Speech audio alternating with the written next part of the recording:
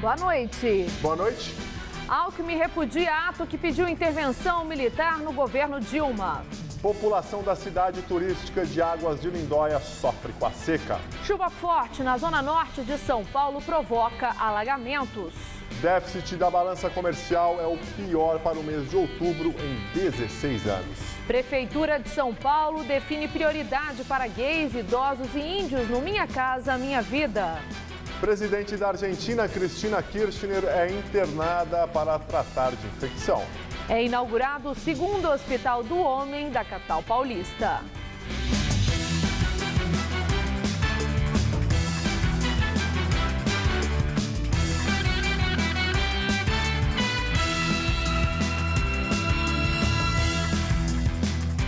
Laudo do Instituto de Criminalística de Araraquara concluiu que o motorista da carreta envolvida em acidente em Ibitinga estava na contramão. O acidente aconteceu na semana passada e deixou 13 mortos. Entre as vítimas, 8 estudantes de uma escola estadual da cidade de Borborema. Segundo o laudo, o caminhão invadiu a pista contrária da rodovia Leônidas Pacheco Ferreira e o motorista do ônibus tentou desviar, mas não conseguiu. No entanto, ainda não foi identificado o motivo pelo qual o motorista mudou de pista. Segundo o documento, o ônibus trafegava a 84 km por hora. Já a velocidade do caminhão é desconhecida porque o tacógrafo foi danificado pelo fogo.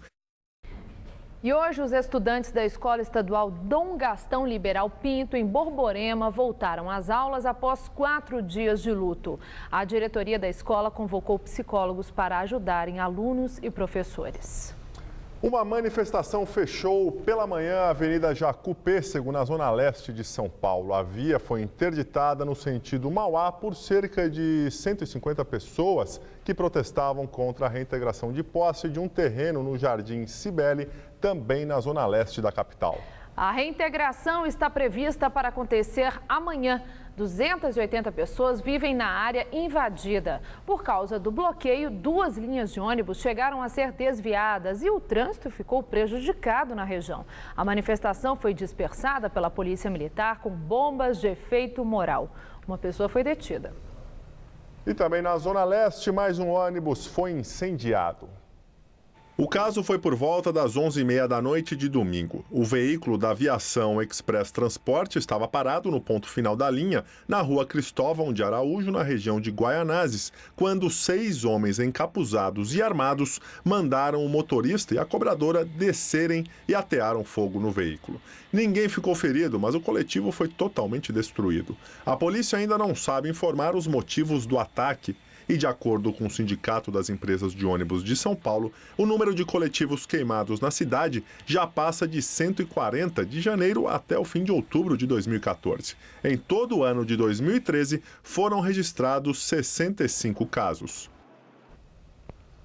A partir de hoje, as ruas de Moema, na zona sul de São Paulo, ganharam um novo limite de velocidade. Os motoristas que circularem pelo bairro não poderão passar de 40 km por hora. Chamada de Área 40, a ação da CT altera a velocidade na região delimitada pelas avenidas dos Bandeirantes, Ibirapuera, Indianópolis e Moreira Guimarães. Segundo a CT, a intenção é aumentar não apenas a segurança de quem dirige, mas também a proteção aos pedestres e ciclistas, já que o bairro de Moema foi um dos primeiros lugares da cidade a receber ciclofaixas.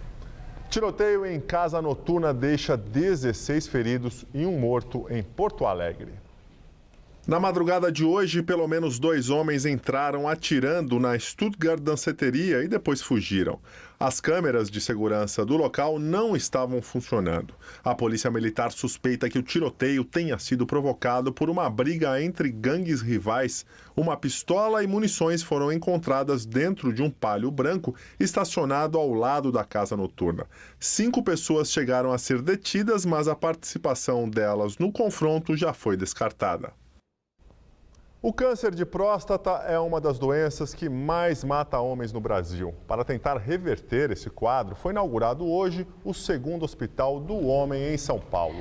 A instituição de saúde ligada ao governo do estado fica na zona norte da capital e tem capacidade para realizar mais de 700 consultas por mês. Antes mesmo da inauguração, seu Santos fez uma raspagem na próstata.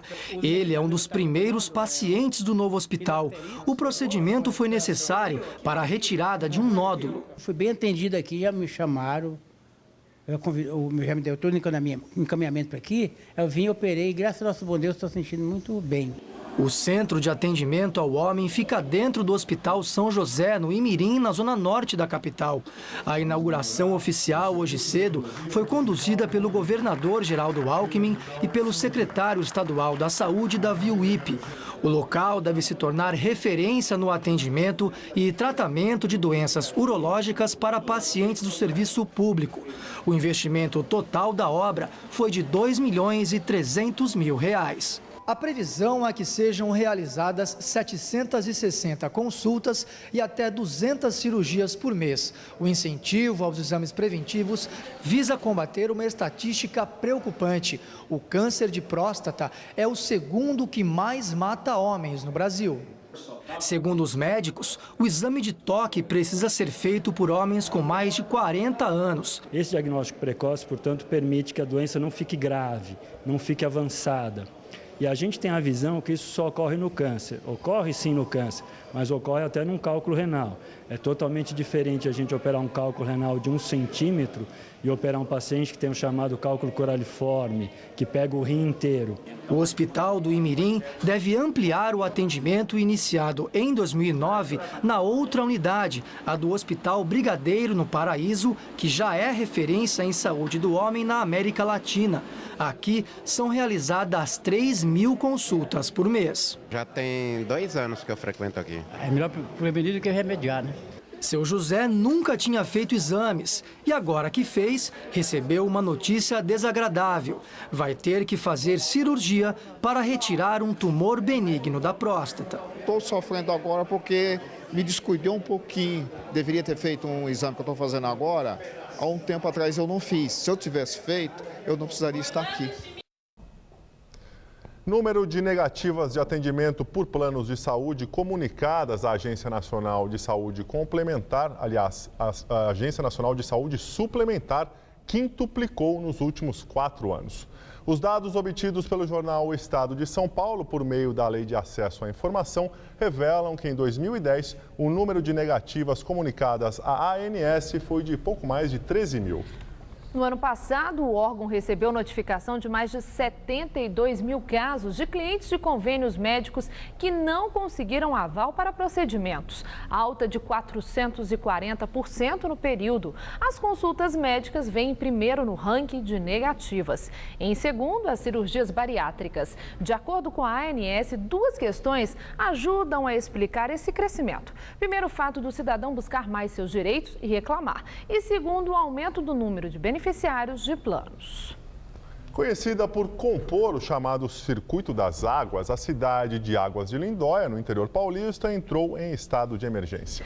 A medida foi tomada por causa do risco de falta de água. Comerciantes e donos de hotéis temem a situação que pode afugentar os turistas. Em época de crise hídrica, nadar na piscina parece ostentação. Pior, desperdício. Mas no balneário municipal de Águas de Lindóia, que fica a 200 quilômetros de São Paulo e a 8 quilômetros da divisa com Minas Gerais, há 20 anos, toda essa água é tratada e distribuída para a população. No local, há 3 nascentes e 15 bicas. Mas para suprir a falta d'água em casa, tem fila. Neste domingo, ainda não era meio-dia e Gema Luci a enfrentava pela 3ª vez. Está muito difícil, acho que precisa melhorar a represa, melhorar, né, fazer um desassoreamento lá que tem muita terra. E para melhorar, porque nunca faltou em águas de Lindóia. Agora sim, há uns 3 anos já está diminuindo e dessa vez foi pior. Em 23 de outubro, a prefeitura da cidade decretou emergência por conta da falta d'água e adotou o sistema de multa no valor de quase R$ 250 para quem for flagrado desperdiçando. Apesar do longo período de estiagem, nós não tivemos ainda nenhum prejuízo na nossa vazão, na vazão das nossas nascentes. Continua a mesma vazão de 28 mil litros hora, de água. Então nós estamos observando, já tomamos algumas medidas preventivas, que foi o fechamento de 2 bicas, isso já nos ajudou bastante. Estância hidrotermal. Essa é a fama de Águas de Lindóia. Mas a crise que atinge todo o estado praticamente secou a principal represa da cidade. Este aqui é o Lago do Cavalinho Branco, responsável por abastecer 70% da população. Mas com a crise, tem apenas 5% da capacidade. Agora, o fornecimento de água para os 20 mil habitantes acontece entre as 6 da tarde e a meia-noite. Um setor chega às 6, outro setor chega às 8 e outro setor chega às 10. Então, todas as casas hoje em Águas de Lindóia estão sendo abastecidas, mas nesse período a água é pouca, mas está chegando para todo mundo. Há mais de 15 anos, Nilo costuma frequentar o lago. Sem visitar a cidade desde março, levou um susto quando chegou. Fiquei admirado. Não pensei, eu até imaginei que decrescesse um pouco a água, mas não tanto. Está seco, todo rachado o solo. Tinha pedalinho. Os caras andavam de caiaque. A preocupação é com o turismo. A cidade que carrega sua fama no próprio nome, sem água, pode ficar sem visitantes. E se eles não vêm, como que a gente vai trabalhar? Porque a gente depende dos turistas, na verdade. Segundo a empresa responsável pelo abastecimento na cidade, 80% dos hotéis e pousadas têm poço artesiano.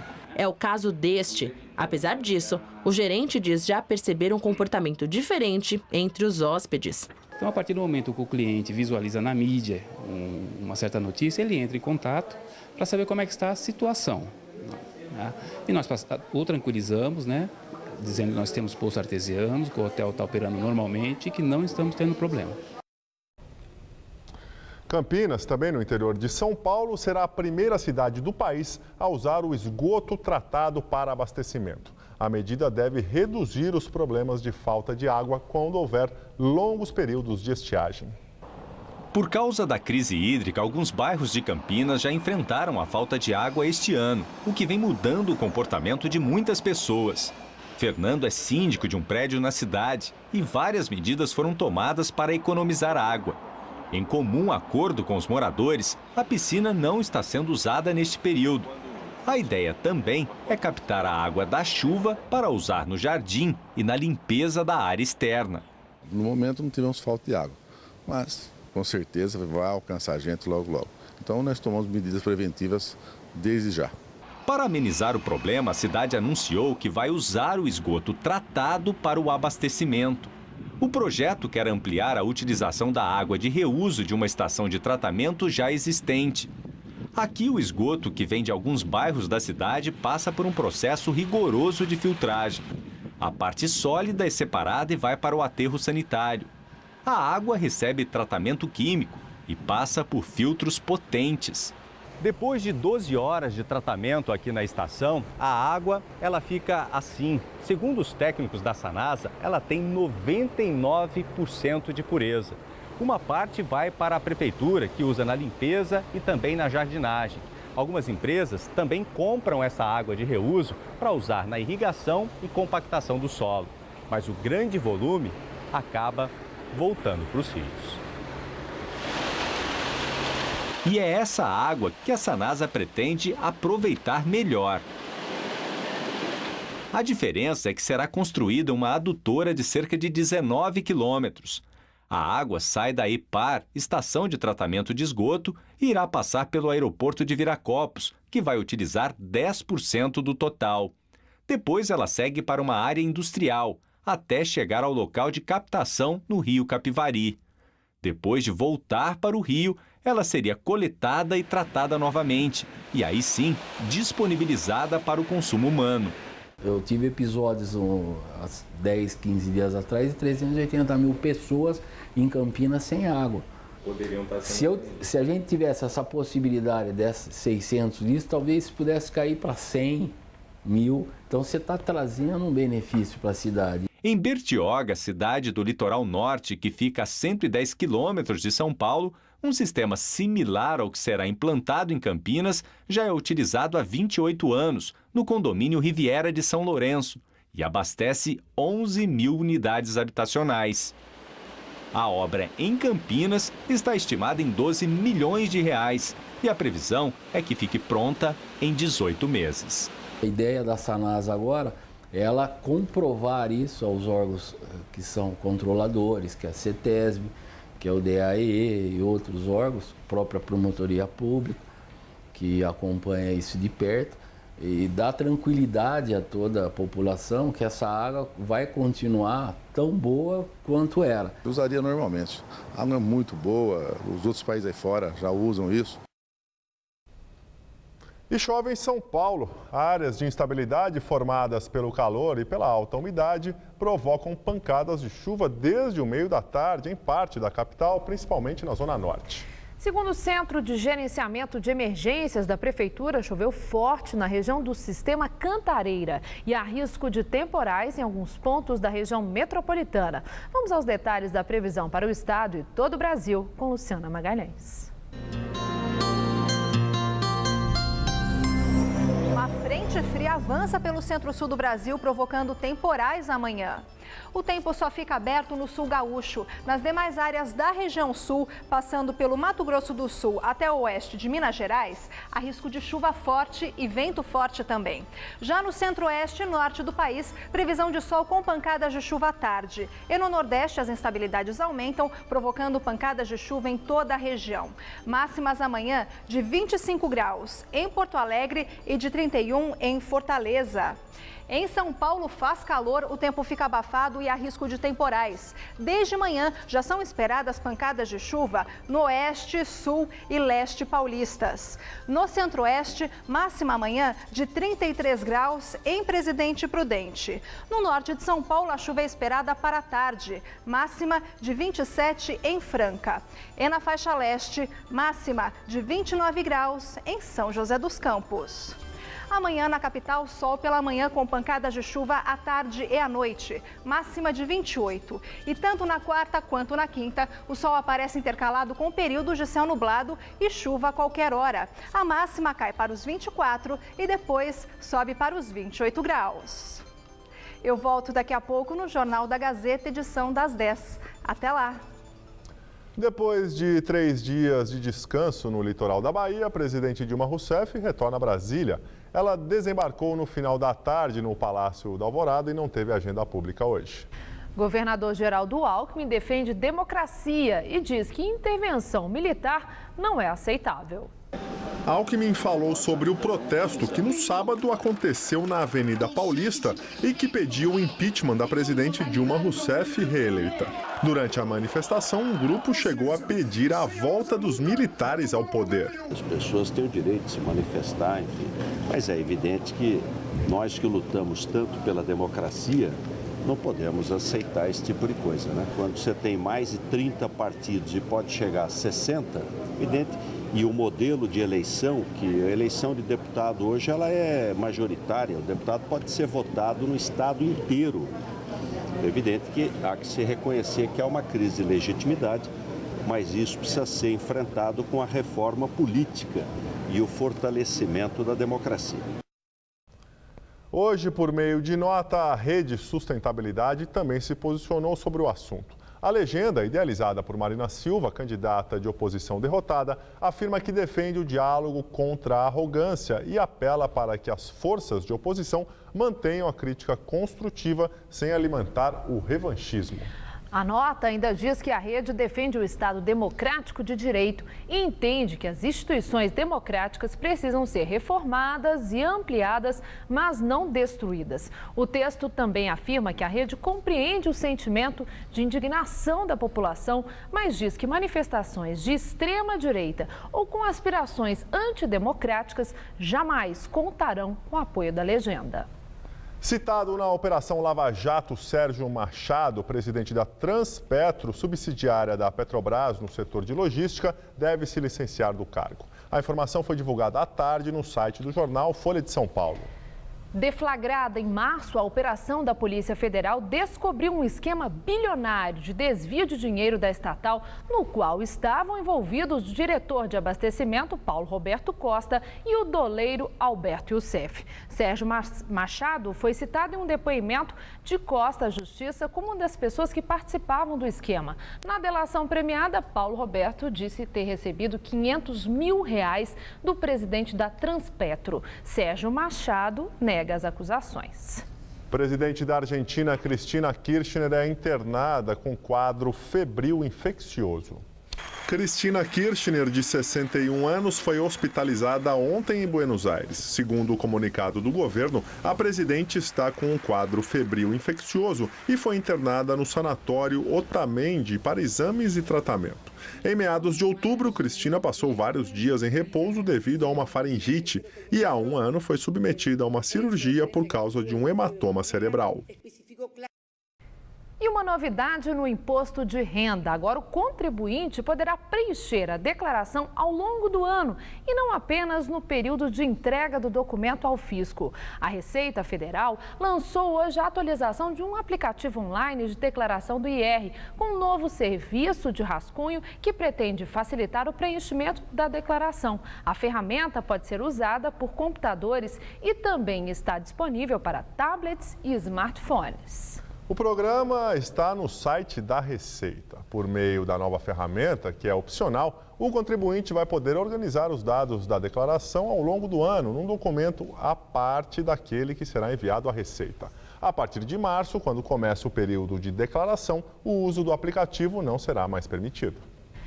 Na Zona Sul, o projeto forma jovens usando a comunicação como uma ferramenta de transformação social.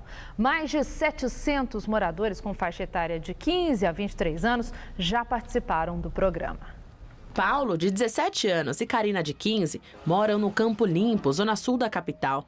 Desde abril, participam do projeto Escola de Notícias. Paulo ainda não sabe qual profissão seguir, mas Karina definiu que vai estudar jornalismo. A decisão veio durante as aulas. Que a gente aprende muita coisa, que o jornalismo não é só você sair e entrevistar as pessoas, é uma coisa a mais, é uma preocupação, é a empatia com a pessoa, né? E a gente aprende uma coisa mais além, e aí eu tô decidida agora, que é isso que eu quero fazer, me identifiquei.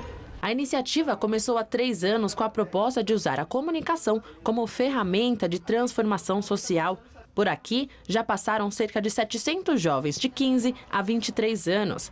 Além de jornalismo impresso, tem turma de vídeo e de fotografia. Pablo, de 17 anos, é um dos alunos. Ele não sabe como se apaixonou por olhar o mundo de dentro da câmera, mas agora descobriu que quer cursar publicidade. O projeto em si, ele me ensinou tanto parte quanto técnica quanto a parte sentimental da fotografia, porque não é só a parte técnica.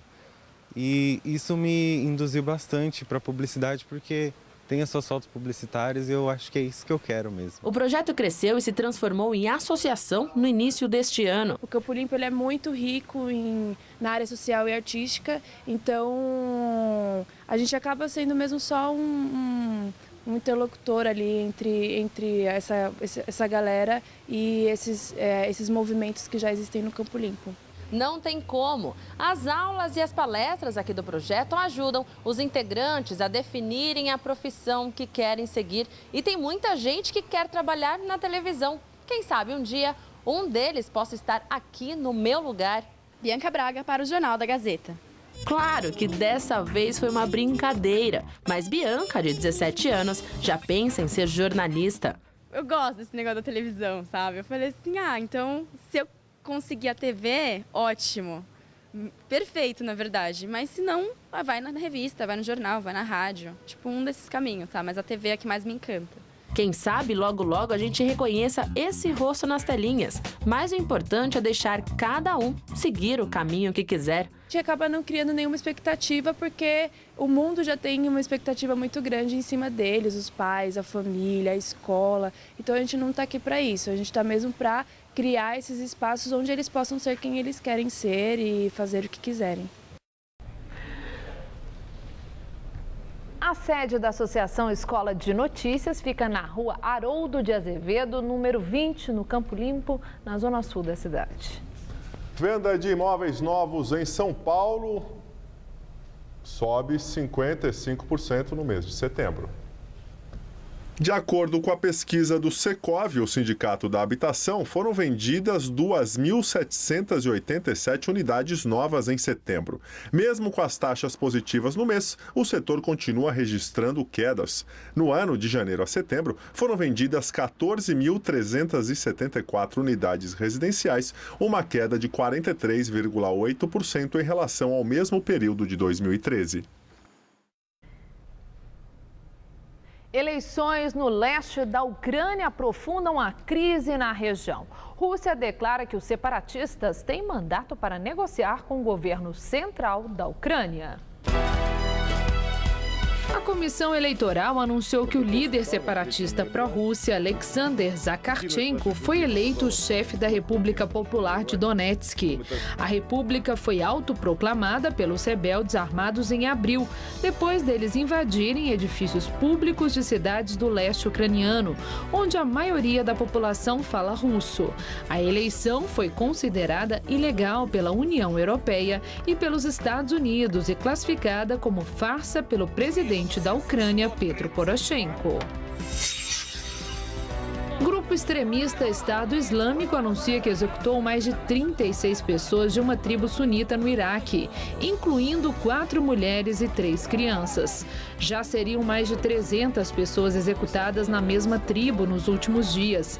Os jihadistas tentam amedrontar as tribos que ajudam a coalizão liderada pelos Estados Unidos a combater o Estado Islâmico. Em Israel, a justiça anunciou uma pena de 22 meses de prisão ao primeiro cidadão árabe-israelense acusado de ligação com o Estado Islâmico. Ele passou 3 meses na Síria lutando ao lado dos jihadistas. Na Nigéria, milhares de pessoas fogem da cidade de Mubi, no nordeste do país, que está sendo tomada pelos terroristas do Boko Haram. Um ataque suicida hoje teria matado mais de 15 pessoas durante uma cerimônia religiosa. O grupo Boko Haram quer a criação de um Estado Islâmico no país africano. Mais de 200 meninas estão sequestradas pelo grupo há 6 meses. E agora vamos às notícias do esporte com Gabriel Cruz e Celso Cardoso. São Paulo venceu fora de casa e segue ali na cola do líder Cruzeiro. O Palmeiras vai ficando mais longe do rebaixamento, né, Celso? Pois é, Gabriel, com a vitória sobre o Bahia, a situação palmeirense ficou um pouco mais confortável. O São Paulo derrotou o Criciúma em Santa Catarina e assim segue sonhando com o título. Entre os paulistas, a decepção ficou por conta do Santos, derrotado em casa pelo Internacional, e pelo Corinthians, que só empatou com o Curitiba na Arena Itaquera. Veja os gols dos times de São Paulo no Brasileirão. Em Criciúma, o São Paulo manteve vivo o sonho do título brasileiro. Edson Silva deu essa cabeçada certeira e abriu o placar contra os donos da casa. No segundo tempo, a zaga do tricolor parou, Paulo Baia dividiu com Rogério Ceni e a bola sobrou para Souza, sozinho empatar, 1-1. Mas aos 37, Ademilson cruzou para Allan Kardec testar forte no chão e definir. Final, Criciúma 1, São Paulo 2. Na Arena Fonte Nova, o Palmeiras venceu o Bahia pelo placar mínimo. Valdívia deu um lindo passe para Mazinho, que fuzilou. Final, Palmeiras 1-0. Na Vila Belmiro, o Internacional saiu na frente do Santos com gol de Arangues aos 24 minutos, 1-0. O Santos empatou no segundo tempo aos 18 com Gabriel, 1-1. Mas aos 35, Arangues apareceu de novo para definir o placar. Santos 1, Internacional de Porto Alegre 2. No sábado, o Corinthians recebeu o Curitiba na Arena em Itaquera. E o Coxa saiu na frente com o Robinho aos 25 minutos. Alex, num belo chute de longe, ampliou Curitiba 2-0. No comecinho do segundo tempo, aos 2 minutos, Elias diminuiu para o Corinthians. E já nos acréscimos, aos 49, Bruno Henrique decretou um empate. Final, Corinthians 2, Curitiba também 2. Nos outros jogos da rodada, destaque para as vitórias de Cruzeiro e Fluminense. time mineiro segue na ponta da tabela e o Fluminense entrou no G4. Vamos aos gols. No sábado, o Grêmio recebeu Vitória e venceu por 1-0. O gol solitário da partida foi marcado por Richarlison contra. O Fluminense foi até o Serra Dourada enfrentar o Goiás e Fred fez 1-0 para os cariocas. Esse foi o 100º gol do atacante na história do Brasileirão de pontos corridos. No finalzinho do segundo tempo, Dário Conca ampliou a vantagem e ficou assim, Goiás 0, Fluminense 2. No Mineirão, o Cruzeiro começou com tudo para cima do Botafogo. Marquinhos aproveitou a falha da zaga e abriu o placar 1-0. Aos 15 minutos, Egídio cobrou falta com categoria e ampliou 2-0. E já no final do segundo tempo, Léo foi tentar cortar o cruzamento e acabou fazendo contra. Cruzeiro 2, Botafogo 1. Quem também venceu foi o Sport. Jogando na Ilha do Retiro, o Leão bateu o Figueirense por 1-0, gol de Diego Souza cobrando pênalti. No duelo dos Atléticos, quem levou a melhor foi o paranaense.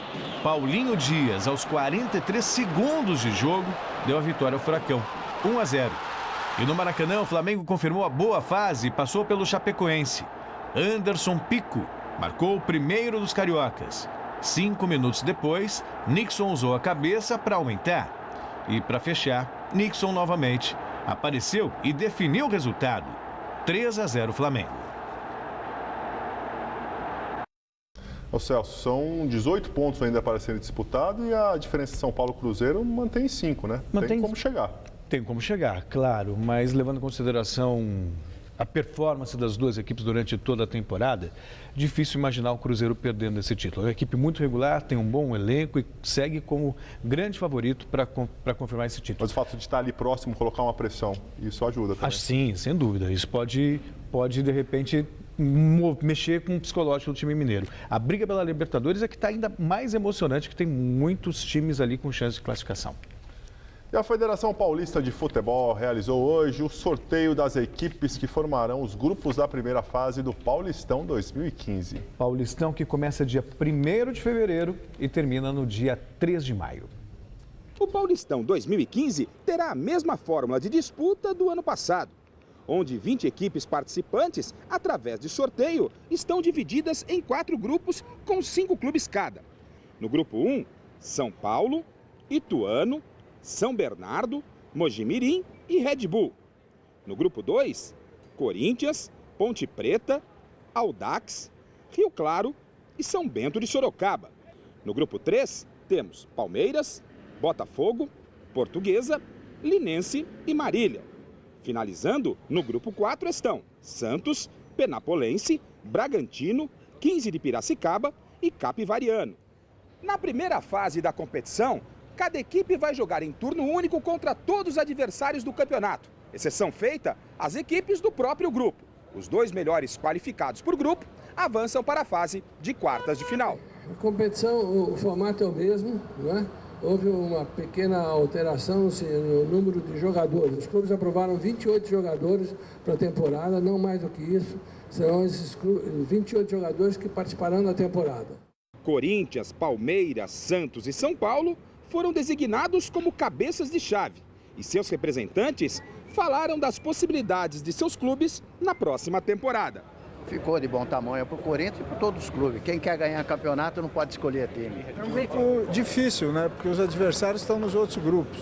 E você vê que os clubes mais próximos de São Paulo ficaram no grupo de São Paulo. Nós vamos ter que fazer algumas viagens aí bastante distantes, como Lins, Marília, Ribeirão, Penápolis. O futebol no Brasil precisa ser revisto em termos de calendário. O Campeonato Paulista se conseguiu uma redução de 23 para 19 jogos recentemente. E acho que agora a gente tem que fazer essa análise dos demais campeonatos, né? A gente tem um compromisso pelo Estatuto do Torcedor de se não mudar em 2 anos, que a gente teve esse ano, foi repetindo do ano passado, né? É parte do compromisso do Estatuto do Torcedor. E acho que a gente teve uma evolução, mas precisa evoluir mais ainda pela frente. Tem bons favoritos à disputa desse título. Garanto que ninguém pensou no Ituano ano passado. Então acho que a gente tem que ter respeito por todos os 20 competidores. todo mundo animado com o Paulistão. Pouco empolgante. Valeu, Celso. Tchau, Até tchau. amanhã, boa noite. Estela, com você? Uma nova resolução do Conselho Municipal de Habitação de São Paulo determina que minorias têm prioridade na aquisição de imóveis do programa Minha Casa Minha Vida. No grupo estão gays e travestis em situação de violência ou que moram em albergues, índios e idosos que vivem sozinhos. Dona Divina, de 77 anos, vive sozinha numa sala de um prédio invadido no centro de São Paulo, para onde se mudou faz quase um ano. Dos filhos, um morreu e o outro está preso. A casa própria, a vida inteira, foi o maior desejo, que ela nunca alcançou. Eu sempre ganhei pouco, tinha os filhos. Eu separei do marido muito cedo, porque ele me batia. Fui morar numa favela com meus filhos e criei. Com a nova resolução da Prefeitura, Dona Divina pode ser incluída no cadastro prioritário do programa Minha Casa Minha Vida. Antes, pela regra, a preferência era apenas de famílias em áreas de risco que tenham sido desabrigadas, mulheres sozinhas com filhos e famílias com pessoas portadoras de deficiência.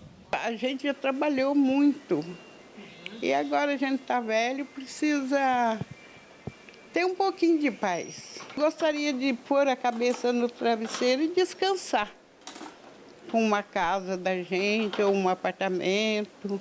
No grupo dos que terão preferência na fila, foram incluídos ainda índios, mulheres vítimas de violência doméstica e também gays, travestis e transexuais que estejam em situação vulnerável. É o caso de Alexandre, que é homossexual e viveu na rua durante 8 anos antes de se juntar ao movimento do Sem Teto de São Paulo. Ele acredita que pessoas na condição dele têm menos oportunidades e que nunca teria a chance de ter uma casa de outro jeito. Para nós não tem espaço, né? Eu acho espaço mais para as famílias. Nós precisamos de oportunidade, porque nós também somos ser humanos, trabalham. O Minha Casa Minha Vida é um programa do governo federal, mas as prefeituras parceiras podem incluir normas complementares de acordo com a realidade de cada município.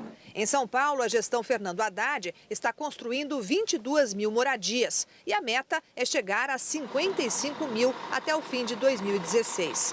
Para ser incluído no cadastro prioritário, os novos beneficiados terão de comprovar a situação difícil. E é importante que tenha esse projeto, que venha a ter, porque vai beneficiar muitas, vai abrir portas para muitas pessoas. Boletim Focus, divulgado hoje pelo Banco Central, reduz a previsão de alta do PIB deste ano de 0,27% para 0,24%. É o menor índice previsto desde 2009. Para 2015, a previsão é de que a economia brasileira cresça apenas 1%. No fim de agosto, segundo o IBGE, a economia brasileira teve retração de 0,6% no segundo trimestre e estaria em recessão técnica. Esse quadro se caracteriza por 2 trimestres seguidos de PIB negativo. Esta foi a primeira pesquisa Focus com analistas de mercado elaborada após as eleições presidenciais e também após a elevação da taxa Selic, que agora está em 11,25% ao ano. Os economistas ouvidos elevaram a 12% ao ano a estimativa para que os juros no ano que vem. Déficit da balança comercial é o pior para outubro desde 1998. Segundo o Ministério do Desenvolvimento, no mês passado, as importações superaram as exportações em 1,177 bilhões de dólares. Já no ano, o saldo negativo é de 1,871 bilhões de dólares. De acordo com o governo, o resultado da balança comercial em outubro deste ano está relacionado com a forte queda do preço do minério de ferro e também com o recuo das vendas externas de automóveis. São Paulo começa a oferecer 3 novas vacinas para gestantes. A nova vacina combate 3 doenças em uma só dose. Difteria e tétano, como já acontecia, e agora também coqueluche, uma doença provocada por bactéria que compromete os pulmões. Desde 2011, houve aumento nos casos em todo o Brasil. Só que em São Paulo, no ano passado, foram 1.594 casos, 66% deles em crianças com menos de 1 ano de idade. 52 bebês acabaram falecendo por causa da doença. É por isso que toda grávida deve ser imunizada a partir da 27ª semana de gestação. Assim ela se protege e também protege o filho até que ele nasça e também possa ser imunizado. A vacina está disponível em todas as unidades de saúde do estado em qualquer época do ano. Temos que pensar na aplicação na grávida, porque a primeira dose da vacina contra a coqueluche na criança, ela é feita com 2 meses e o esquema completo necessita de mais 2 doses, com 4 e 6 meses. E o que se observa, epidemiologicamente, uma concentração de casos e casos mais graves nas crianças com menos de 6 meses de idade. Então, daí a importância da vacinação da grávida, da gestante. A seguir, encontrado o corpo da última vítima do naufrágio do Costa Concórdia. E o novo World Trade Center. Após 13 anos dos atentados nas Torres Gêmeas, prédio é reerguido no local. Mais um condenado no processo do Mensalão pede para cumprir a pena em casa. Dessa vez, o pedido foi feito por João Paulo Cunha. O Supremo Tribunal Federal vai analisar o caso. Preso em fevereiro, Cunha cumpre pena no regime semiaberto. Ele trabalha durante o dia em um escritório de advocacia e de noite volta para a cadeia para dormir. Ele está detido no Centro de Progressão Penitenciária de Brasília. Condenado a 6 anos e 4 meses de prisão pelos crimes de corrupção passiva e peculato, Cunha cumpriu 9 meses da pena, mas teve 115 dias descontados por trabalhar durante a condenação. Outros condenados no processo, como José Genuíno e Delúbio Soares, já cumprem prisão domiciliar. Vamos agora à entrevista do dia com Maria Lídia Flandoli. Um governo novo com ideias novas. Foi a promessa de campanha da presidente reeleita ao sinalizar o compromisso de mudança. E para falar sobre os desafios na questão ambiental, recebemos hoje o consultor de sustentabilidade e ambientalista Fábio Feldman, de trajetória de destaque na defesa do meio ambiente, tendo sido deputado federal por 3 legislaturas e secretário estadual do meio ambiente em São Paulo. Muito obrigada por estar conosco para essa reflexão, né, em relação exatamente ao meio ambiente. O que seria a ideia nova na questão ambiental que a presidente Dilma deve ao Brasil? Olha, primeiro, Maria Lídia, prazer estar aqui depois de tanto tempo, não é isso? Eu me considero aqui habitué do teu programa há muitos anos. Obrigada. Eu acho que há muitos desafios para a presidente. Primeiro, porque o ano que vem nós teremos uma conferência muito importante em Paris. Ontem saiu um relatório do IPCC mostrando a gravidade e a urgência do tema do aquecimento global e há uma enorme expectativa em relação ao Brasil. Quer dizer, o Brasil é muito criticado por atuar de uma maneira muito tímida, travando as negociações internacionais. E, portanto, eu acho que na política externa relacionada aos nossos temas, o que se espera é uma mudança de trajetória que depende basicamente da presidente Dilma. Ela não é uma pessoa, na minha opinião, que gosta muito desses temas, tem dificuldade de compreender esses temas e no plano interno do Brasil também. Nós temos aí que enfrentar muitos desafios, a começar pelo aquecimento global. Você veja que o Brasil... E acreditar nele. Primeiro, acreditar nele. Eu sempre digo que a dificuldade com a presidente Dilma é que, de certa maneira, a presidente Dilma tem uma mentalidade do século XX em relação aos temas ambientais. Para a presidente Dilma, a visão ainda é daquele crescimento, sem internalizar a dimensão ambiental e a dimensão climática. Você veja que o Brasil está passando por uma crise hídrica, não é só na região, não é só no estado de São Paulo, e esse é um dos fenômenos, na minha opinião, que os cientistas têm alertado em relação ao aquecimento global. Então, eu espero que haja uma mudança radical. E quero insistir, depende da presidente Dilma, não da ministra. Ela sinalizou, a presidente Dilma, durante a campanha, ela sinalizou compromisso com a questão ambiental? Você viu isso com clareza? Olha, eu acho que esse tema foi muito pouco debatido na campanha eleitoral. Aliás, eu sempre tenho dito isso. Infelizmente, os temas de sustentabilidade, eles entram mas muito perifericamente, embora o mundo esteja discutindo até no campo da economia o que nós chamamos a transição para uma economia de baixo carbono. Não é um tema colocado, mas eu quero insistir e assinalar, quer dizer, que se espera que o Brasil caminhe na direção correta, na arena internacional e no plano doméstico. Quer dizer, o governo federal, nos últimos anos, para combater a crise, estimulou o automóvel. Hoje as cidades estão congestionadas e não resolveu o problema. E se nós imaginarmos que o Brasil vai enfrentar um ano muito difícil, nós esperamos que o governo mude as políticas macroeconômicas e que inclua a dimensão de sustentabilidade, no campo da energia, no campo do transporte, enfim, quer dizer, que o Brasil redirecione a sua atuação. Isso depende da presidente. Agora, de medidas de curto prazo, né? Porque quando a gente fala no redirecionamento, da orientação, estamos também olhando para um futuro, há também um longo prazo para o resultado de tudo isso. Mas em curto prazo, o que pode mostrar empenho em ideia nova para a questão ambiental e compromisso com a sustentabilidade do novo governo de Dilma Rousseff? Só uma observação, Maria Lídia, eu participei muito dos seus programas e quando eu vim aqui, nós falávamos nos temas ambientais, quer dizer, pensando em 30, 40 anos. Observando a crise hídrica do Brasil, quer dizer, eles se anteciparam dramaticamente, não é isso? Aconteceu antes. Quer dizer, muito mesmo. Dramaticamente o Brasil está vivendo. Então, o que eu imagino? Imagino que a presidente vá trabalhar primeiro fortalecendo as estruturas governamentais que estão muito desmanteladas no Brasil. Quer dizer, o Brasil vive um paradoxo, quer dizer, aumenta a consciência em relação aos nossos temas, mas esse aumento de consciência não reflete na estrutura de governo. Você conversa com qualquer um, há queixas no licenciamento, há queixa na falta de fiscalização.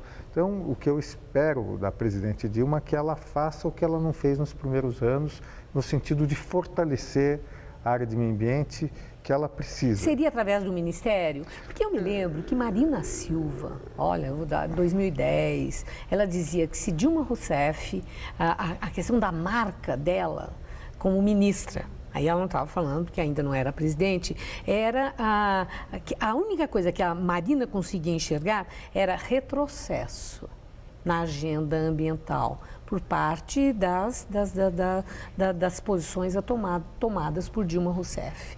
Bom, como era campanha, aquilo lá soava com aquele exagero habitual, uma hipérbole eleitoral. Mas a questão é essa. No governo Dilma, nos 4 anos de governo Dilma, houve retrocesso na questão ambiental?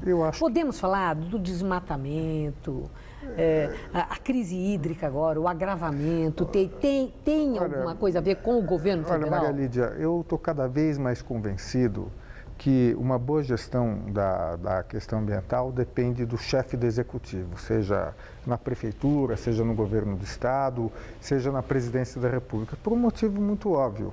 Quer dizer, é o presidente que arbitra os conflitos. E a área ambiental, ela traz muitos conflitos. Por exemplo, é a presidente que tem que definir a matriz energética do Brasil com o seu ministro de Minas e Energia e com o ministro do Meio Ambiente. Quer dizer, o Ministério do Meio Ambiente sempre é muito frágil para enfrentar os outros ministérios que estão muito associados a investimentos em infraestrutura.